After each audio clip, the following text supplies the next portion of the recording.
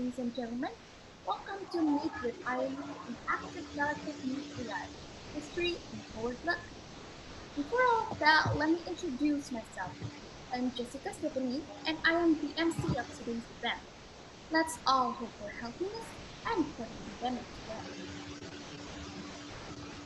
Thank you very much for attending to this event. We are delightful to share the information we have related to the topic. Well, some of you might ask, what is FPA? FPA is a forum made by alumnus of the participants of Indonesian National Science Olympic domiciled in Jakarta. FPA has made 6 webinars with various topics. You don't want to miss it out. Go check it out on our YouTube channel. This situation gathers us together. It is such a fortune that we can meet through technology. With online events, all of us equally can get benefits from educative events such as this. Without further ado, let's get into the lecturing session. May we welcome Jihan as moderator. Thank you, Jessica, for welcoming me. So, hello everyone. My name is Jihan and it is my pleasure to be the moderator of our special guest today. Today we will discuss about active galactic nuclei with a member of International Astronomical Union, Evanthia Hatziminaoglou, PhD. Our very special guest today, Evanthia, is an Alma super astronomer at the European Southern Observatory from 2012 until now. She studied physics at the Aristotle University of Thessaloniki and holds a master's degree and a PhD in astrophysics from the University of Paul Sabatier in Toulouse, France. In 2006, she returned to ESO to work for the Virtual Observatory project, and in 2012, she joined the Alma Regional Center. Because she's already with us in this room, can you hear my voice? Okay, that's good. Okay, because Evanthia is already with us in this room, please welcome Evanthia Hatziminaoglou, PhD. Hello, Evanthia.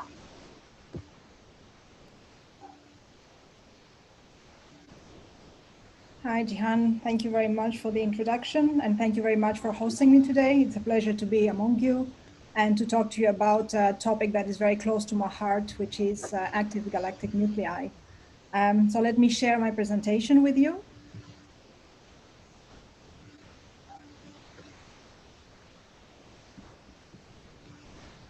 And please let me know if you can see this. Yes, we can see the slides. All right, excellent. Okay, well, then I will start immediately. You introduced me. Thank you very much for that. I don't think I will dwell on this anymore, but I would like to say a couple of things about the European Southern Observatory, or otherwise ESO, where I work for the past many years now. ESO is an intergovernmental organization of science and technology in Europe, and it has 15 member states, which I list here. And we work in very close collaboration with Chile, which is where our telescopes are hosted. The headquarters of ESO are in Garching, next to Munich in the south of Germany. And this is actually where I'm sitting. I don't know if you can see, can you see my cursor on the slides? Yes, we can see it. Yes, well, my office is here, exactly where I point now. And we also have offices in Santiago de Chile, the capital of Chile, which you can see at the bottom left. And then our telescopes are located in 3 different places at the desert of Atacama in Chile. The first one, the oldest one, that is now hosting the 3.6 meter telescope and the new technology telescope is located in La Silla, which is about 1 hour's flight from Santiago to the north. Our biggest observatory is Paranal, that hosts the 4 very large telescopes, the VLTs, as well as 2 survey telescopes, the VISTA and the VST. And finally, Alma, which is a project I work for, is located at the Altiplano of Chajnantor at the border with Bolivia, and I will talk about it later a bit. So now let's talk about active galactic nuclei of active galaxies, which is the reason why I'm here. And I want to state up front that when we talk about active galaxies, we don't refer to a different kind of object. It's not a different species, but it's a phase in the life of most galaxies. And I will come back to that. So what are active galaxies? What are AGN? Most galaxies in the universe are normal, like our own galaxy. And in normal galaxies, most of the light is emitted by the stars and from regions that extend several kiloparsecs from the center. They span the whole range of the galaxy and mostly in the optical wavelengths. And they look a bit like that. Now, in some galaxies, however, strong radiation comes from the very nucleus or from a very compact and small region located at the center of the galaxy. And these active galaxies emit thousands of times more energy than non-active normal galaxies. And often the nuclear emission outshines the emission of the host galaxy, which means that if you take a picture of the sky, you might see objects that are active galaxies that you can only see the center. You will not see the galaxy around it. So this AGN, these active galaxies, they share common characteristics. They are very, very luminous. They can reach luminosities as high as 10 to the 48 times the luminosity of our sun. This luminosities, this energy comes from very, very small and compact regions. They have a very strongly evolving luminosity function. So by luminosity function, we mean that their population evolves very strongly with time and with redshift. Their emission is covering a large fraction of the electromagnetic spectrum. In fact, you will see that they emit from the gamma rays all the way to the radio, and they are very, very valuable sources.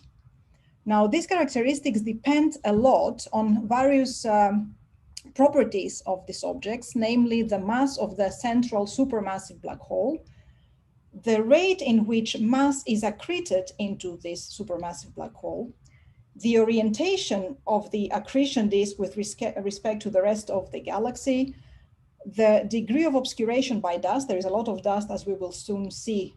So the amount and degree of obscuration is also a decisive factor, and the presence and absence of jets that are also a very important component of the AGN. Oh, my slides are stuck. Okay. So why we're studying AGN? Well, let's see. First of all, because they're very, very interesting objects, and because they affect the evolution of their host galaxies. Now, by studying the AGN, we gain insights into the physics of supermassive black holes and the accretion processes that are happening around them. And this allows us to test the general relativity. The studies of AGN also allow us to study in a very detailed way the intergalactic medium in the early universe, also understand neutrinos, and they are often also used to constrain the cosmological parameters to understand how our universe was created and is evolving. So all this started already more than 100 years ago, in fact. So in 1908, a person called Fath, that was working at the Lick Observatory, detected strong emission lines in the optical spectra of what at the time was called NGC 1068, a nebula. They were not calling them galaxies at the time yet. So, and he realized that these were quite unusual compared to the usual absorption spectra of galaxies. So the spectra of galaxies have absorption lines, but these ones, the nebula NGC 1068, had emission lines instead. In 1943, Carl Siffer observed strong broad emission lines, again in the optical spectra of 6 spiral galaxies, and realizes that this is something new. This is a different phenomenon, maybe a distinct class. It's in the 50s where the first radio surveys started happening, performing all over the sky, and several catalogs, including a lot of such sources, were published. In 1963, Martin Schmidt studied the optical spectra of an object called 3C273. It's a nearby, now we know it's an AGN, and realized that this is not a galactic source. This is not living in our galaxy, but it was at a redshift of 0.158. This was an extragalactic source. And such sources formed a new class at the time, and a year later they were called quasars or QSOs, or otherwise quasi-stellar objects, because they were point-like. Now, already in the 60s, the idea of accretion of matter into a supermassive black hole feeding this phenomena was put in place. And finally, in 1984, Martin Rees suggested that the source of radiation of this AGN are indeed an accreting supermassive black hole that is sitting at the center of these objects. So let's talk a bit about AGN structure and AGN emission. So the AGN has several components. The most important one is sitting at the very center, and it's a supermassive black hole. Around the supermassive black hole, that is accreting material, there is a disk, a thin, hot accretion disk formed by all this material that is spiraling around the black hole, and before it falls into it, forms this accretion disk. Surrounding this structure, we have clouds that are emitting broad lines, as we will see later on. Further away, at quite some distances, we have other clouds that are responsible for the emission of narrow lines in the optical spectrum, and we will talk about it as well. There is also quite a lot of dust, as already mentioned, that lives in the, we believe that lives in the plane, in the extension of the accretion disk, in what is commonly thought as a dusty torus forming around, but this can also be a taper disk, but there are also other possible configurations. But dust is also very important, a very important component of AGN. And finally, we have jets that are perpendicular to the accretion disk and its structure that are also very important in shaping the life of the AGN and the surrounding galaxy. Now, as a result of this structure, we can see different types. If our line of sight towards the AGN is not intercepted by the dusty torus, if we look directly into the central engine, the accretion disk, then we will see something that we call a type 1 or unobscured AGN, such as quasars or Seyfert 1 galaxies. If we look directly perpendicularly to the accretion disk and through the jet, we will see what we call blazars. And blazars are very funny because they don't have any emission line. They just have a continuum. It's very difficult to identify how far they are because of this lack of emission lines, but they're also the same beast. It's just that they happen to sit, we happen to see them through the jet.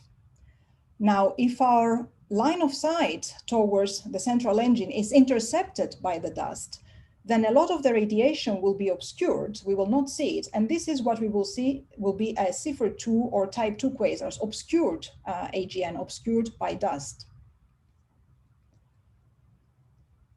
So all these components of the AGN have as a result that emission in various wavelengths is emitted from these beasts. And in fact, you can see here, for instance, in the center of the, closer to the black hole, we have very high energy photons, it's X-ray photons.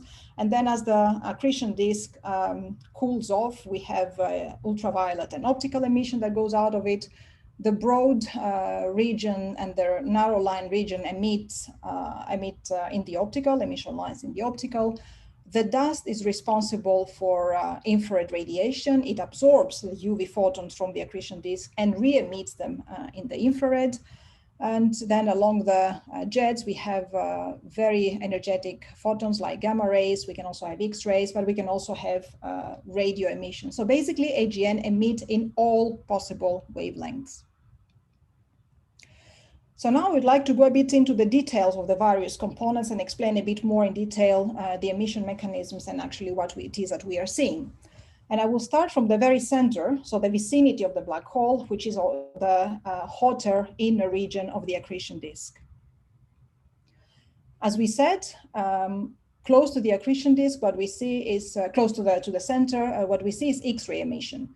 Now, this X-ray emission comes from a region that we call corona, and we believe has two possible configurations. It either envelopes the accretion disk or is generated at the base of the jet. Regardless of the mechanism, this component, the corona, produces intense X-ray radiation, some of which will shine onto the black hole and onto the accretion disk and will be reflected back.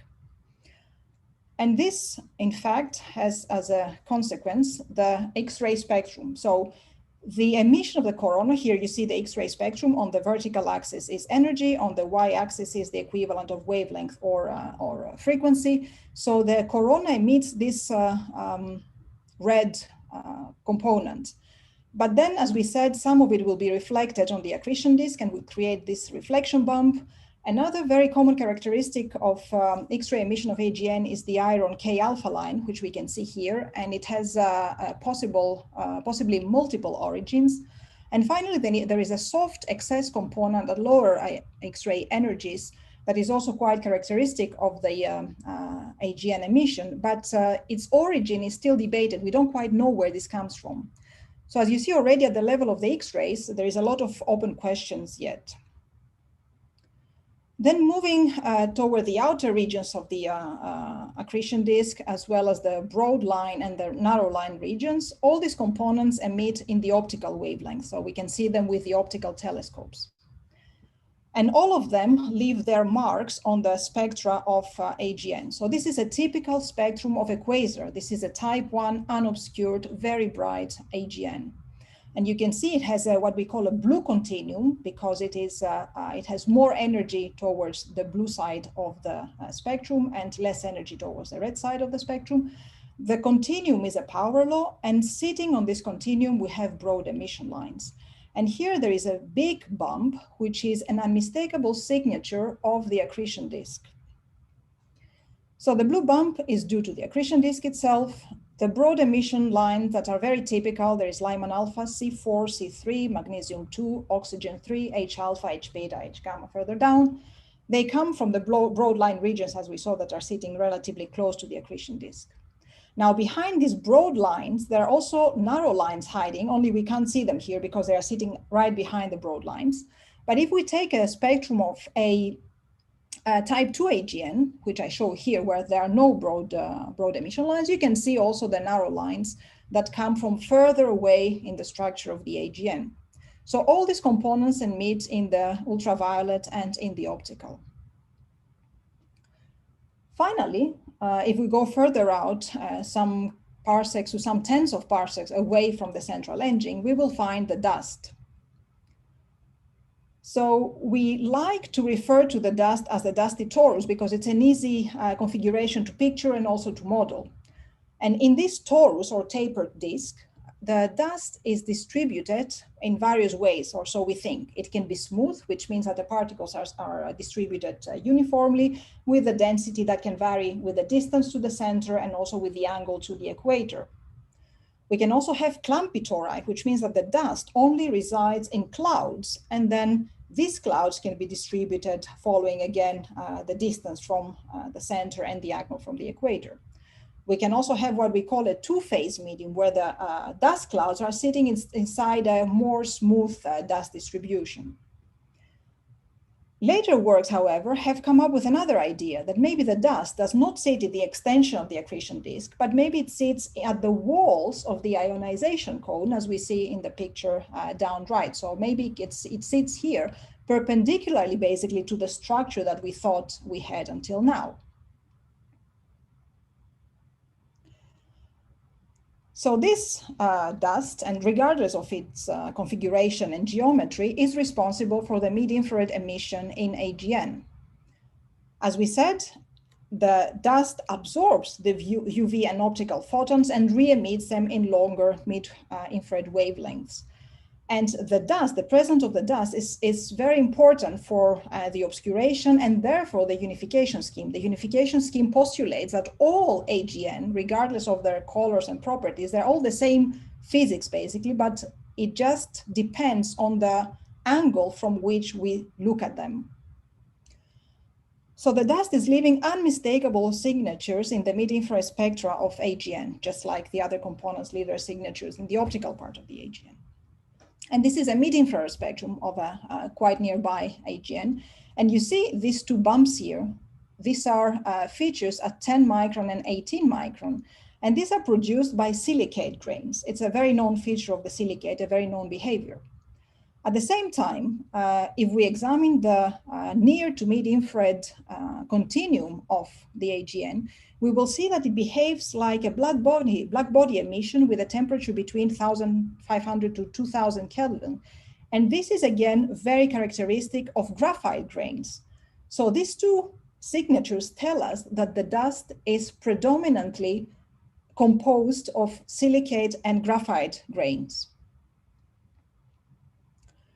Finally, AGN also emits in the radio, and there are several mechanisms that are responsible for the radio emission in AGN. It can come from highly collimated, powerful relativistic jets, as we saw, that are emitting synchrotron emission. It can come from winds and thermal free emission that comes out of this whole structure. It can come from the corona itself, and it can come from star formation. Now, star formation is not something that happens in the AGN, but it happens in the host galaxy, so it's not really related to the AGN itself. So it's basically the other three mechanisms that generate the AGN proper radio emission.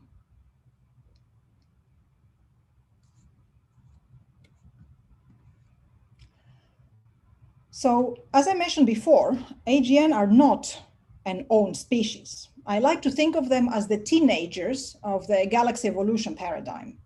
So let's follow the life cycle of a random galaxy. It starts its life to the bottom left of this plot as an isolated disk. And then after a while, it will start socializing with other galaxies, and then eventually it will come a bit too close to another galaxy, and the two will merge. They will start interacting, eventually they will merge, and they will coalesce. And when they coalesce, it means also that the central black holes will form, the two separate ones will coalesce into one. There will be a lot of energetic phenomena happening. There will be a lot of star formation happening. There will be strong accretion happening into the black hole, but there will also be a lot of dust because of this unsettled pair right there. And all these will be hidden. We will not be seeing them. We will only seeing them in the infrared because of the dust. And this is the time where they form the ultra-luminous infrared galaxies.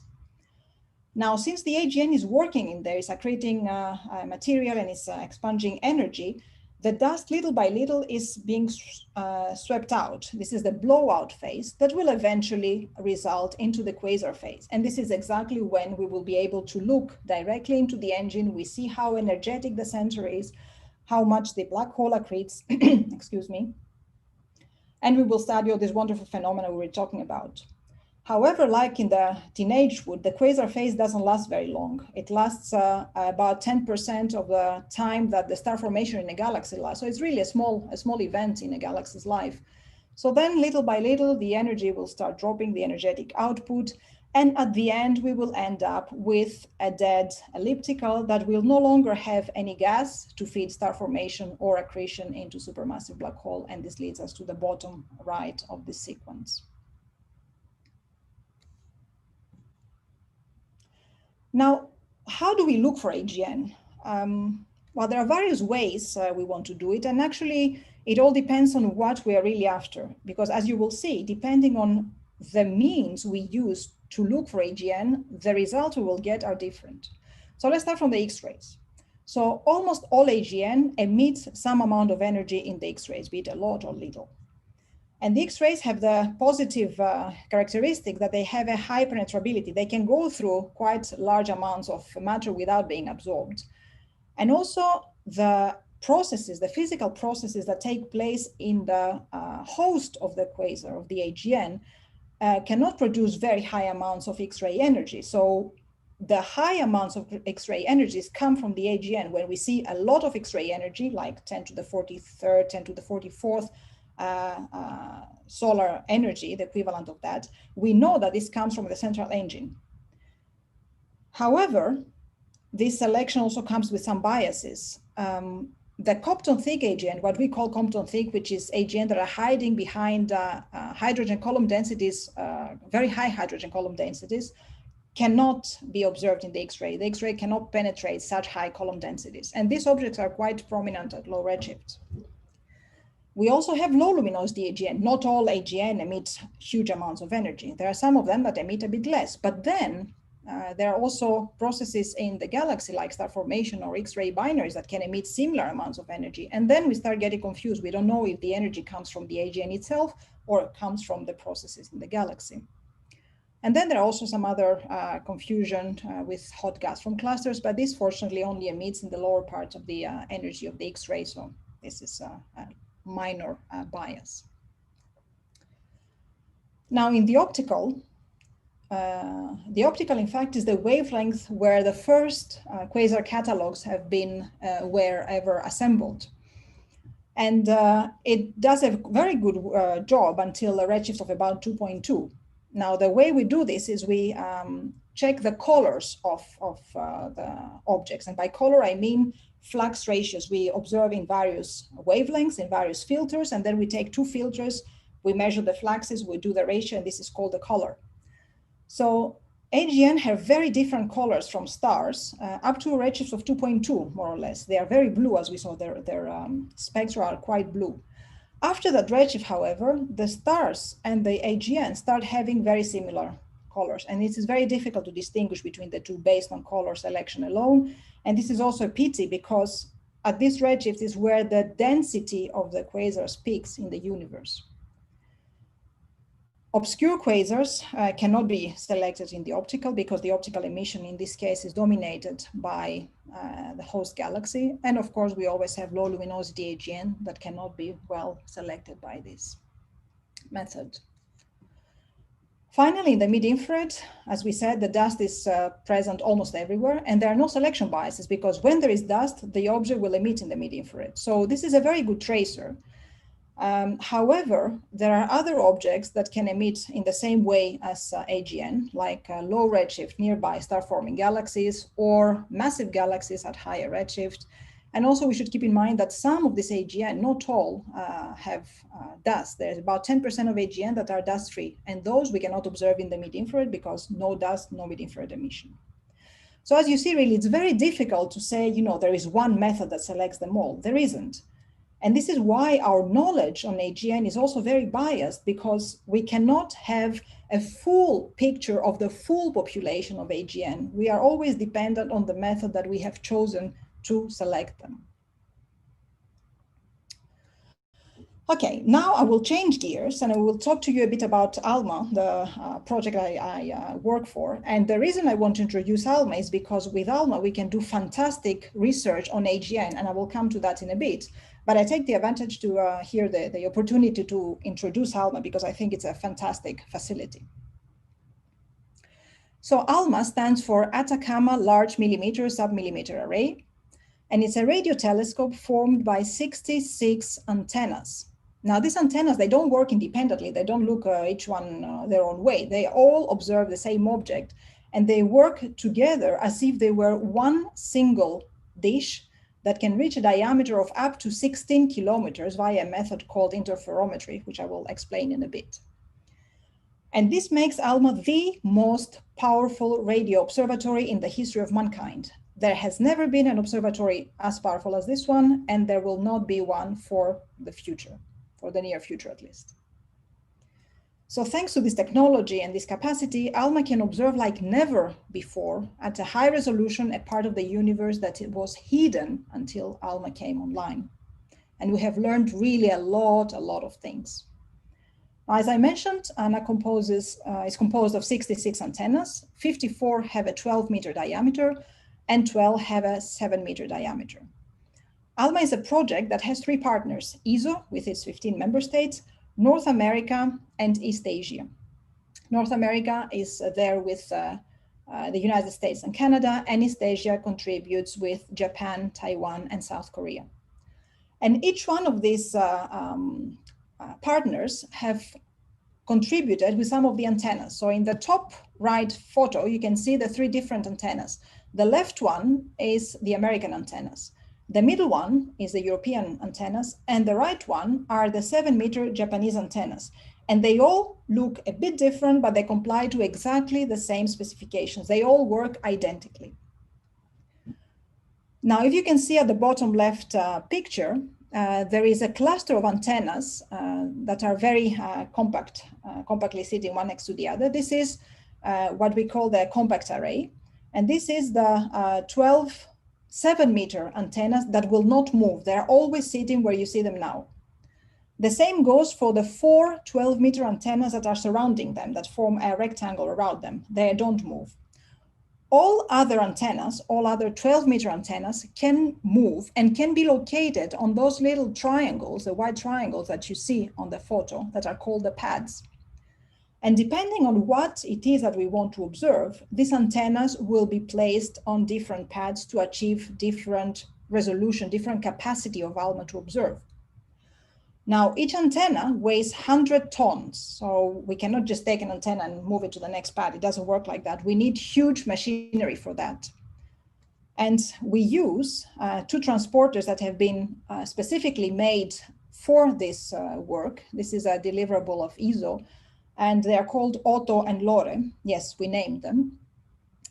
And these transporters, they walk on 28 wheels each. They are 20 meters long, they are 6 meters high, and they can carry an antenna at a time with a huge speed of 4 kilometers per hour.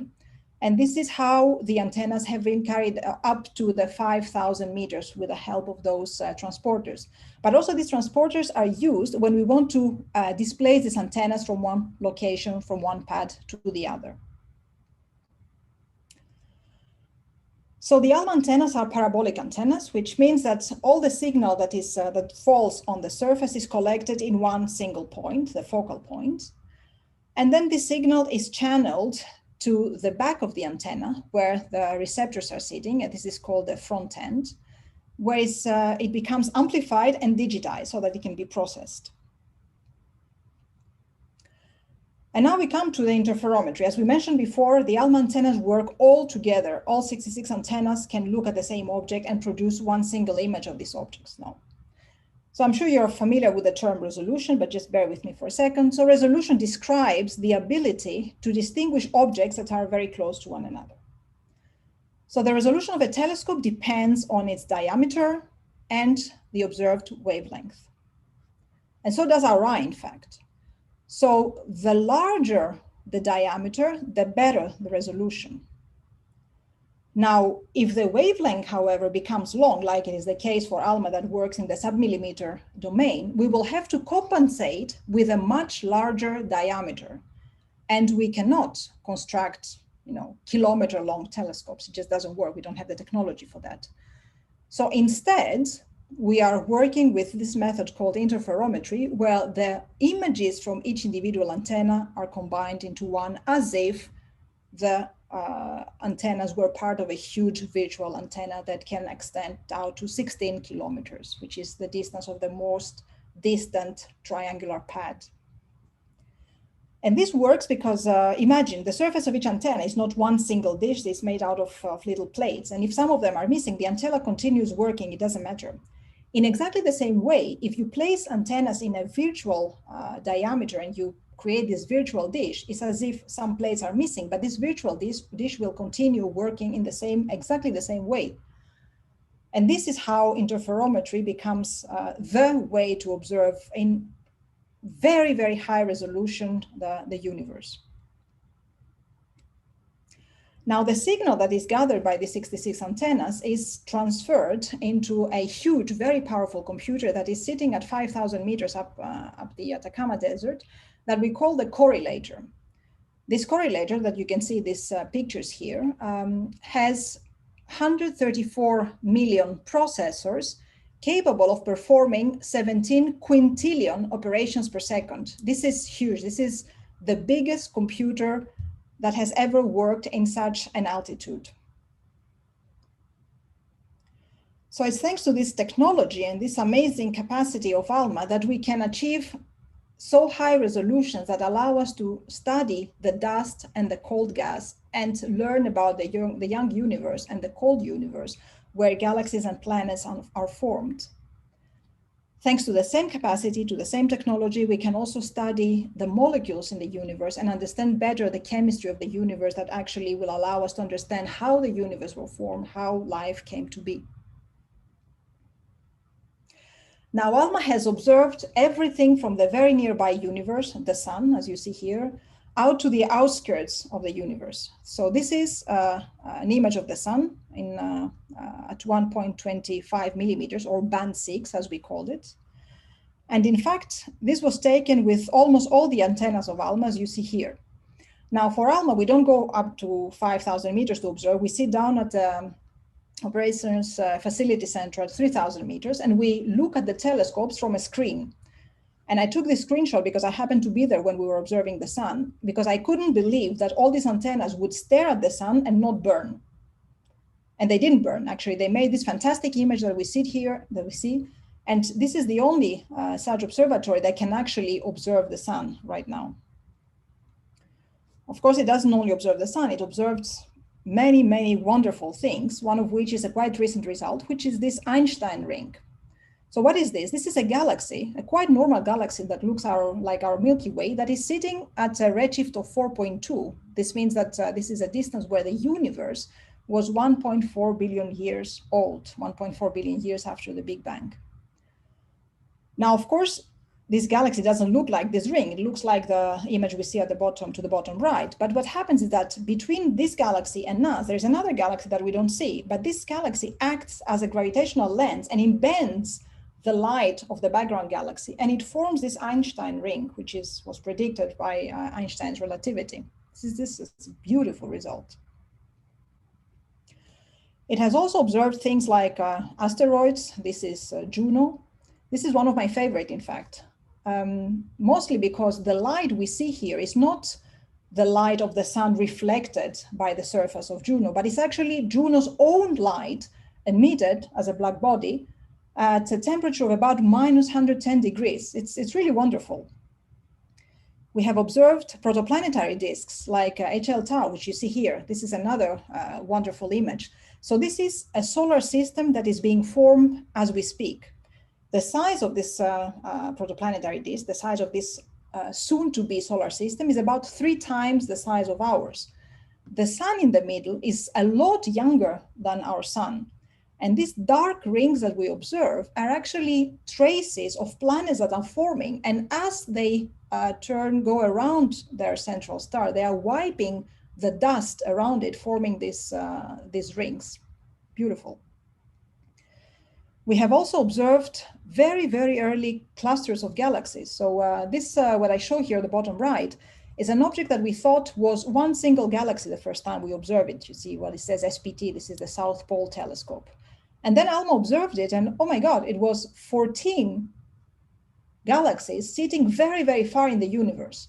Without Alma, we would have never been able to realize that this is not one object, but 14 objects. This changed our idea of how galaxies form. This is another brilliant example. This is a galaxy at a redshift 9.11. This is really at the outskirts of the galaxy, of the universe. And you see here, this is emission line, oxygen emission line from the outskirts of the galaxy. Beautiful. So now let me talk about what we have done in terms of AGN studies with Alma. In AGN studies, what is very important is what we call feeding and feedback. So gas flowing into and toward the center of the galaxy will eventually end up in the vicinity of the supermassive black hole and feed it. And this will trigger some energy output of the AGN that will then eject energy in a variety of ways into the host galaxy. And on one hand, it will auto-regulate the accretion onto itself, the black hole, but it will also suppress or perhaps boost the star formation in the host galaxy. So AGN feeding and feedback is extremely important for us to understand how the supermassive black holes and the hosts around them evolve, both in the local universe, in the nearby universe, and in the distant universe. So how do we do that? Well, this is one small example of a variety of works that have happened in the past few years. This is a very recent result from last year, in fact, of a group of collaborators of mine. So here what you see is a velocity field. So you can see that this is a galaxy, a spiral galaxy more or less, observed with Alma. And this is molecular gas, CO gas. And the blue, so this is a velocity, right? So the blue is parts of the galaxy that are coming towards us, and the red is parts of the galaxy that go away from us. So this means that this galaxy is rotating.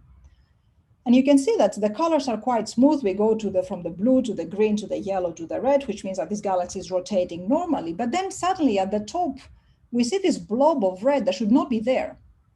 This is clearly gas that is rotating in its own way. It's particularly on its own velocity. It's not in the right place. So this is a proof of an outflow. So this is material that has been pushed there by the energy that comes out of the AGN. And this material will eventually either stop the star formation around it or will enhance it. We don't know what will happen, but it will definitely have an effect on the life of the galaxy around it. Another example of things we can do is follow the gas as it goes close to the black hole. And this will help us to better constrain the mass of the supermassive black hole. So here you see to the left, this is an optical image of an object called NGC 1097. So NGC 1097 is a prototype AGN in some respects, but it's a quite low luminosity one. It's not one of those very, very bright and energetic ones, but it's a beautiful object that has been studied for several years now, and we know a lot about it. So to the right, you see the inset, the innermost part of this galaxy, as was observed by Alma. And for each little pixel that you see there, we have a full spectrum for this. And this detailed information will allow us to follow how the gas will fall eventually into the black hole and be accreted. Another thing that we can do is study the properties of the torus. Remember I said that the torus is made of gas. Well, I kind of lied because there is also molecular gas, not only dust in the torus. And there's also this theory that says that tori are very prominent in bright AGN, but as the luminosity drops, they will eventually dissolve. So we studied again NGC 1097 very, very closely. The star in this plot marks the location of the AGN, and the yellow and red and green is the distribution of molecular gas of CO around this AGN. And you see, indeed, close to the AGN, there is no molecular gas. And this is like a hint telling us that indeed, maybe the molecular torus is being dissolved little by little, because this AGN is not very bright after all. Another result that is very recent, this came out last week in fact, is the observations of the most distant quasar that we know. This quasar is at a redshift of 7.642. In other words, it lives about 670 million years after the Big Bang. This is very, very distant. It's the universe at the time is really, really young. However, from these measurements, we can derive that the black hole of this system has a mass which is more than 1 billion times the mass of the sun. This is huge. And there is no model currently that can create such a black hole mass so close after the Big Bang. So these observations are really challenging our understanding of the creation, the formation and the evolution of the universe. One last thing that I'm sure all of you have seen is maybe, well, I hope you know that Alma was part of the Event Horizon telescope that for the first time observed the shadow of the black hole in the very nearby galaxy. So here, this is the image that became very popular a couple of years back. And this is the center of a nearby galaxy, M87. We're not entirely sure what we see here, but according to the models, this image allows us to measure the mass of this black hole with quite some precision, which is about 6.5 billion times the mass of the sun. The spin of the black hole, so the spin is going inward towards the inside of the image. And in fact, such observations would not be possible just a generation ago. Just 10 years ago, these observations would have been completely impossible. And yet, there we are, we have it. Now, if you look at the image to the right, you will see that without Alma, this image would not have been possible. So in the image to the right, we excluded the visibilities. The image is taken by Alma, and this is only with the rest of the telescope that compose the EHT. So it's thanks to Alma that we managed to measure the black hole mass and the spin of this black hole, and actually make the picture for the first time of the shadow of the black hole. So I'm finishing here. I hope that I conveyed the message that AGN are very excited objects, or rather a very excited phase in a galaxy's lifetime, that we have gone a long way since the first discovery of AGN, but the truth is that there is still a lot that we have to learn from them. So here I just listed 3 out of the prominent questions that we have right now, which is, what is the complete census of AGN population as observed at all wavelengths? How many are there? Where are they? What are they doing? We don't know. How does the cosmic history of black hole accretion compare to the history of star formation in the universe? We know that both peak at redshift of around 2 to 3, but we don't know if there is a relation between the two, or if they just happen to peak at the same time in the universe's life. And ultimately, what are the physical connections between the evolution of supermassive black holes and that of their host galaxies, and what physical processes are they driven by? So I hope that some of you will follow a career in astrophysics, and maybe some of you will help answering some of these primordial questions. So thank you very much.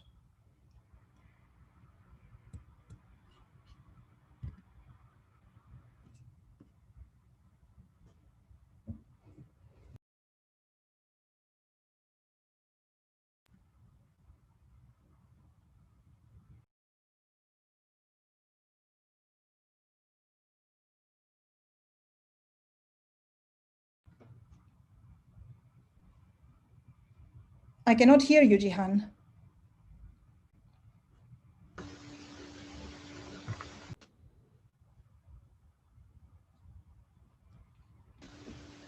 Okay, how about now? Yep. Okay. Thank you very much for your amazing presentation. There are quite a number of questions in here.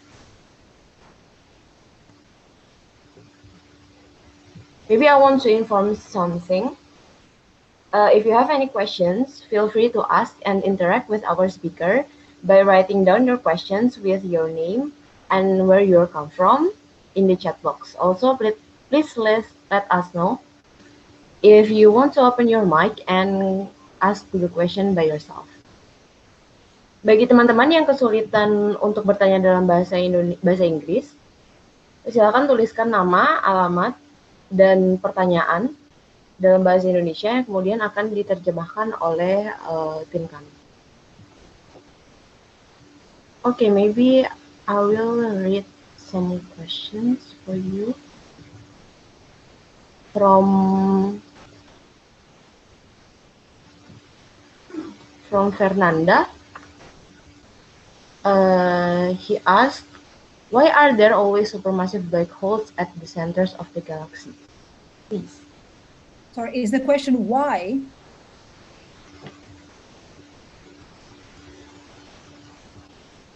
I think yes, the question is why. Okay. Well, why? I don't know, because that's the way it is. But actually, not all galaxies have supermassive black holes in their center. There are some galaxies, like dwarf galaxies or irregular galaxies, that not necessarily have one. But the universe had it such that most galaxies seem to be hosting a supermassive black hole. Now, it's interesting that you ask, though, because even though they seem to be omnipresent, we're still not quite sure how they form. So I think the question is not so much why, because the answer to this is that, well, because they just are there, but how? Okay, thank you very much for the answer.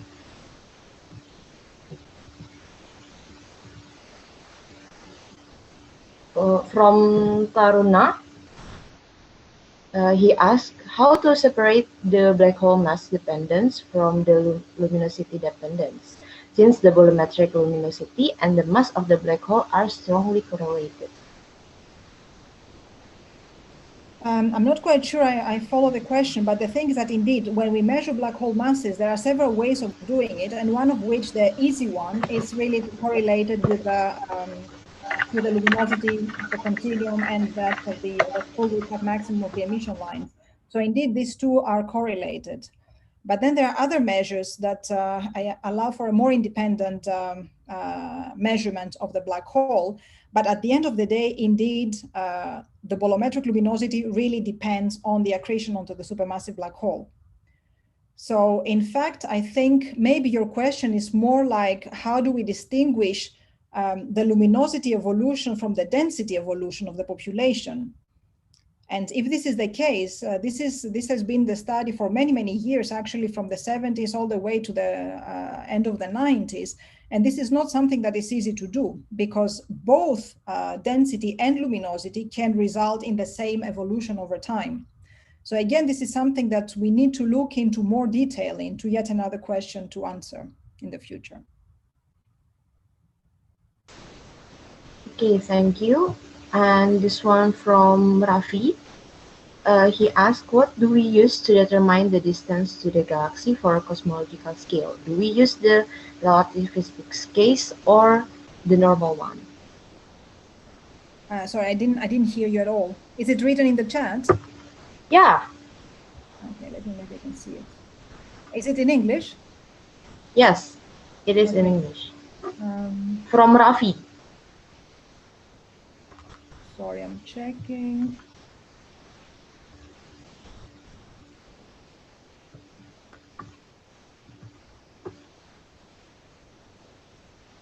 Oh, okay. Well, the distance to galaxies are actually derived directly from, or an easy way to derive it is directly from their spectrum. So you know where the emission line should be sitting, and then because of the redshift, they are shifted into a redder wavelength. So if you bring this back to its rest wavelength, then you will find exactly what the redshift is. Okay, thank you. And now from Nabil. He wants to ask the question by himself. Please, Nabil, open your mic.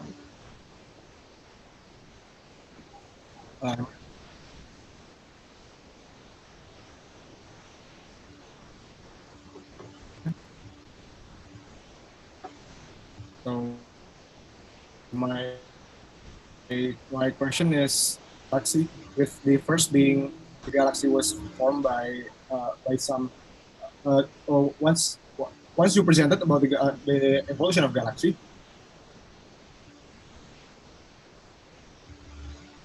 I'm sorry, Nabil, I really we can't cannot hear you. Yeah.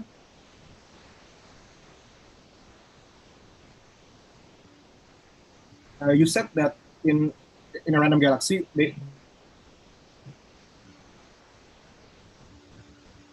Nabil, hello? Okay, Maybe you can maybe, write it in the chat. yeah.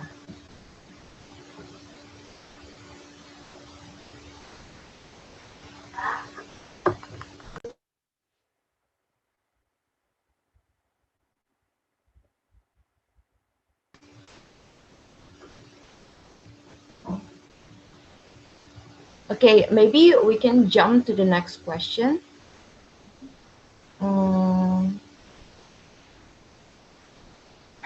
From Ihsan. He asked which research that will Alma prioritize on.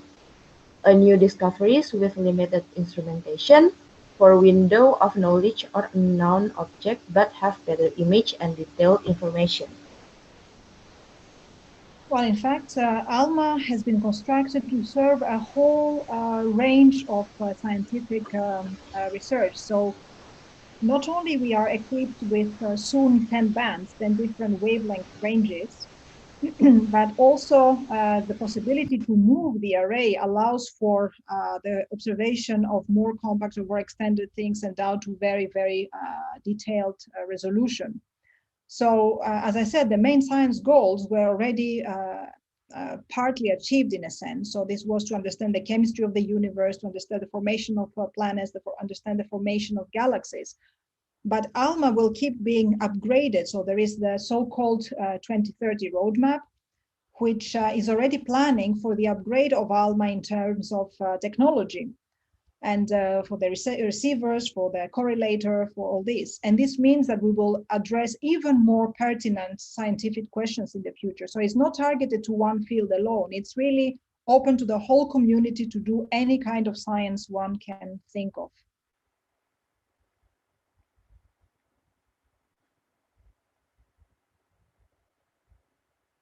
I can't hear you, Jihan.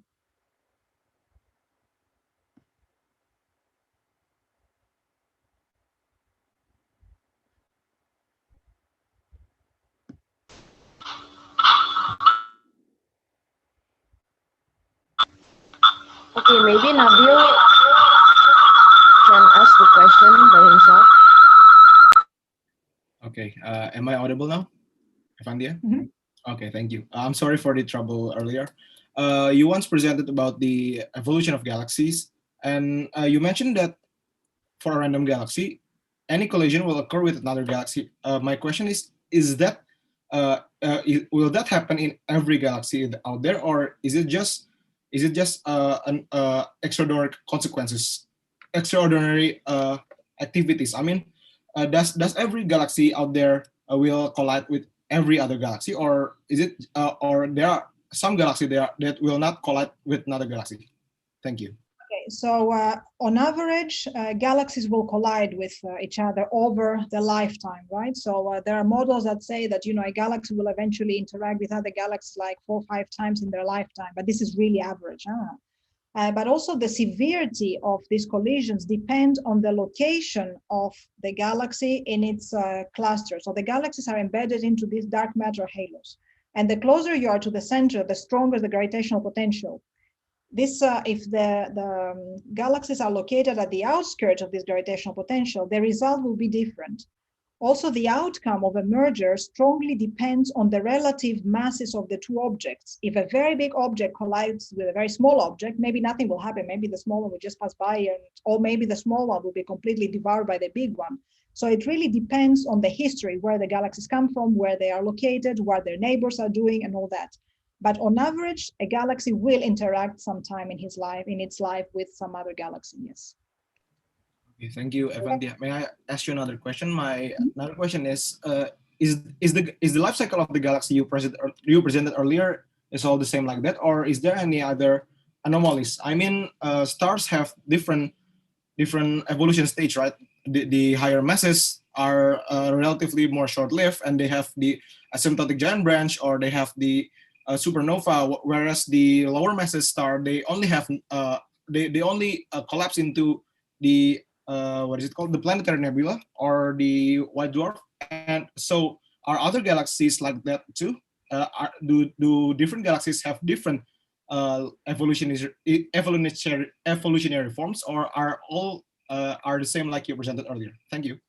Well, it's a bit like talking about people, right? I mean, all of people are individuals. They are different in certain ways, but they're all, you know, we all have a head and 2 legs and 2 arms, and so you can think of the galaxies a bit like that. So they have a history behind, and their outcome depends on, as I said, where they come from and where they're going and their surrounding and everything. But this is a paradigm that fits quite a good fraction of the galaxies as we know them. Thank you very much, Evanthia.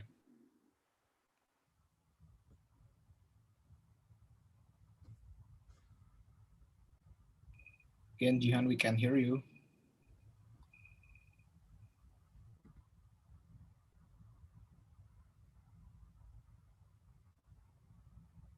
No, we can't hear you, Jihan.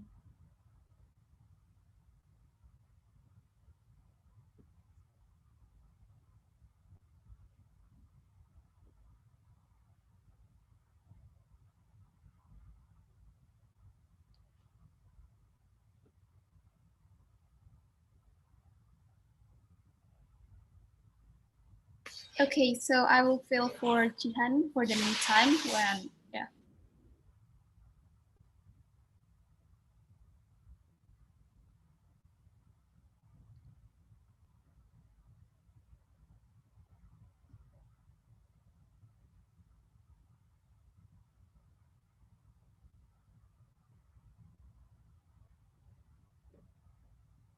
So the next question, we will take it from Yusril from Tangerang. It says that a little bit out of topic here, did Starlink satellites affected your observatory activities? Are they really polluting the sky? Please send my regards to Otto and Lori. Yeah. Well, let's say that, you know, the more stuff is out there going around, the more interferences we get. So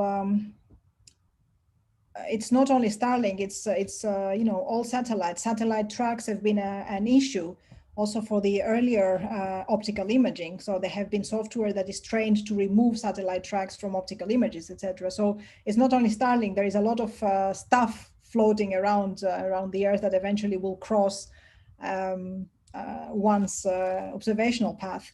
I think what is important here is that rules and regulations are established before it's too late, so that everybody can do their job as they can. Okay, I mean, satellites are necessary for a variety of reasons. Astronomical observations are also very necessary for obvious reasons. So we have to establish early on good, clear regulations so that we all know where we stand. Okay, thank you very much for your answer. And the next question will be from Andi Gustiadi. Hello, I want to ask a question that is whether there will be a collision between the Milky Way and Andromeda. Is it true? If so, please explain and when it happened. Thank you. Well, I mean, they seem to be on a path where they will collide. Well, collide is a big word, but they will interact, as we saw in the paradigm with the life of a galaxy. But you should think of something. While galaxies are very sociable beings, they like being close to each other. The stars are very unsociable. The relative distances of stars in a galaxy are much larger than the relative distances between galaxies, which means that even if, you know, two galaxies merge, it doesn't mean that their stars will start colliding on one another, right? And if this happens, it will be in the very, very, very, very distant future. I don't think we have anything to worry about right now. Okay, thank you. The next question will be from Ryan Khan, which is from Pakistan. What are important research topics related to AGN? Yes, well, this is what I mentioned at the very end, right? So this is, we really need to understand at some point. So, okay, let me backtrack. We have seen from various studies in the past, I don't know, many decades now, that the star formation history in the universe, so in all integrated over all galaxies and over the entire universe, peaks at a redshift of 2 to 3. The accretion into supermassive black holes, as traced by the behavior of the population of AGN, also peaks at a redshift between 2 and 3. Now, it doesn't mean that because they have the same behavior that there is a causal relation to that. Maybe the two are not related, even though I would be surprised. But we don't quite know what is the cause and effect. We don't understand why the physics that happen, you know, in the very center of the galaxy, how they can affect the whole galaxy. It's not trivial. So these are things that we need to think about, that we need to understand. We need to understand the physics. We have to grasp the sizes we're talking about. We have to understand the time scale. So accretion is a much shorter phenomenon compared to the star formation in the galaxy. So all these are topics that we need to study in detail in individual objects, in big samples, to understand what's happening. There's still a lot of work. Okay, thank you. The next one will be the one that is just being posted. Hello, you can call me Chacha. I'm from Bogor. I want to ask you a question. Are there any satellites that detect AGN? Thank you. Mm-hmm. All right, so as I mentioned, ESO only works on, constructs, runs optical ground-based observatories. Well, ground-based observatories, not necessarily optical. However, there is for example, NASA or the European Space Agencies and other agencies that are putting telescopes in orbit, okay? And there have been a few of them. Actually, my favorite is the Spitzer Space Telescope, which I did quite a lot of work with. And this is the one that actually revolutionized our knowledge of AGN, because this was the one that allowed us to study the dust, the torus, in great details. We learned so much from these satellites. And after Spitzer came Herschel, which is another one that is close to my heart, because I also worked for Herschel and with Data Herschel for a number of years, that allowed us to study the star formation in the host of this AGN. So the answer is yes, there are a lot of satellites. There are X-ray satellites like Chandra and XMM. There are gamma ray satellites like Integral. There is SWIFT. There is a variety of satellites that are really looking at AGN, not also AGN that teach us a lot of things about their behavior and their physics. Okay, thank you. The next one is from Tegas from Bandung. He asked, what are the characteristics of the accretion disk of AGN, and how do the characteristics affect the AGN unification model and how we observe the AGN? Okay, so there are various, so the accretion disk is something that we don't know much about. And there are various models that predict that, for instance, there will be some outbursts on the accretion disk as the material is heated and spiraling around the black hole, and this might disrupt or even destroy the accretion disk. There are models that say that for low luminosity AGN, this accretion disk is truncated, so it does not behave in the same way that for the very bright ones. So we have several ideas, but none of them is proven, right? So we can only deduce indirectly based on the observations what an accretion disk might or might not be. Regarding the observation, so as I said, the indirect observation of an accretion disk is the big blue bump in the optical spectrum. Yeah, and to an extent, maybe perhaps the existence of the X-rays because of the corona and all that. So yeah, it's always indirect evidence. Okay, thank you. Jihan will take over the next one. Okay, thank you so much, Jessica. I'm sorry for the trouble. Okay, so we got some questions from YouTube. This one is from Ankita. How does K-alpha emission line in AGN help in probing about the immediate environment of the supermassive black hole? Sorry, Jihan, you'll have to repeat. I didn't hear you. Okay.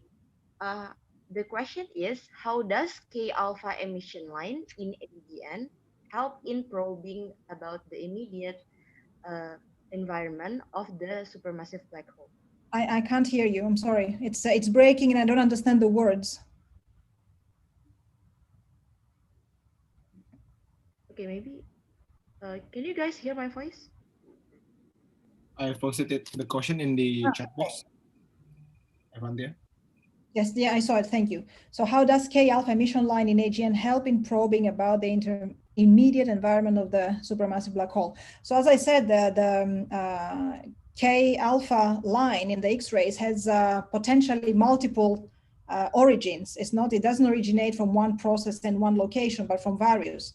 Now, X-rays are definitely not my field of expertise, so I cannot tell you the details of this, but because of this variety of ways of producing the K-alpha line and the region they come from, this allows us to probe the various environments in the vicinity of the black hole.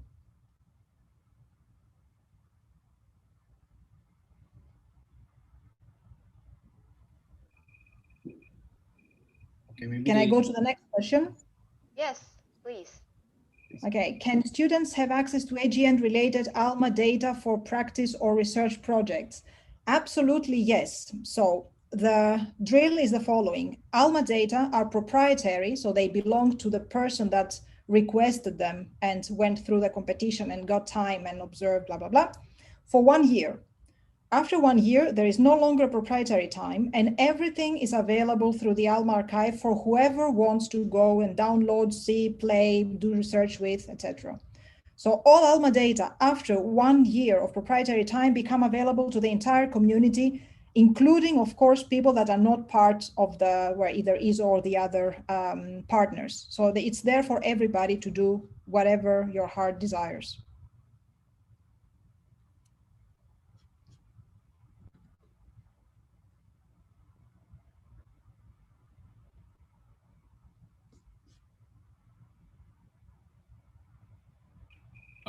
Jihan is still lagging.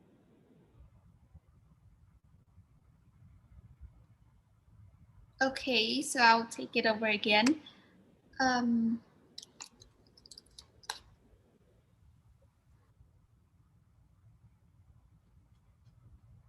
Okay, I think we are in the end of this meeting, but before we close the event, I would like to invite everyone to turn on your camera because we will have a group photo. Maybe the host will help us taking the picture. Sadly, we have to close this meeting right here. I would like to say thank you for Evanthia for your time and the precious knowledge about AGN, and my fellow member of Forum Pelajar Astronomy who made this meeting possible. Thank you very much, everyone, for attending our meeting. That is all from me. Please stay healthy. Goodbye. Thank you very much. Okay, maybe we can take the group photo. Please, Nabil, help us to take the photo. Okay. I'm still waiting for everyone to turn on their cameras, but I will limit them to 1 more minute. Okay, so there are already 17 people that have turned on their cameras, 18 and still counting, 19. Okay. Okay, there are two slides, so I think we will need to hold our pose for half a minute or so. Okay, so 1, 2, 3. That's the first one, and for the second one, still hold your positions, your pose. 1, 2, 3. Okay, thank you so much, Nabil. Thank you very much, everyone, for attending this meeting. I'm sorry for all the troubles. Please stay healthy. Goodbye. Bye, everyone. Thank you, Evanthia. Thank you, everyone. Thank you very much, Evanthia and FPA. Thank you very much.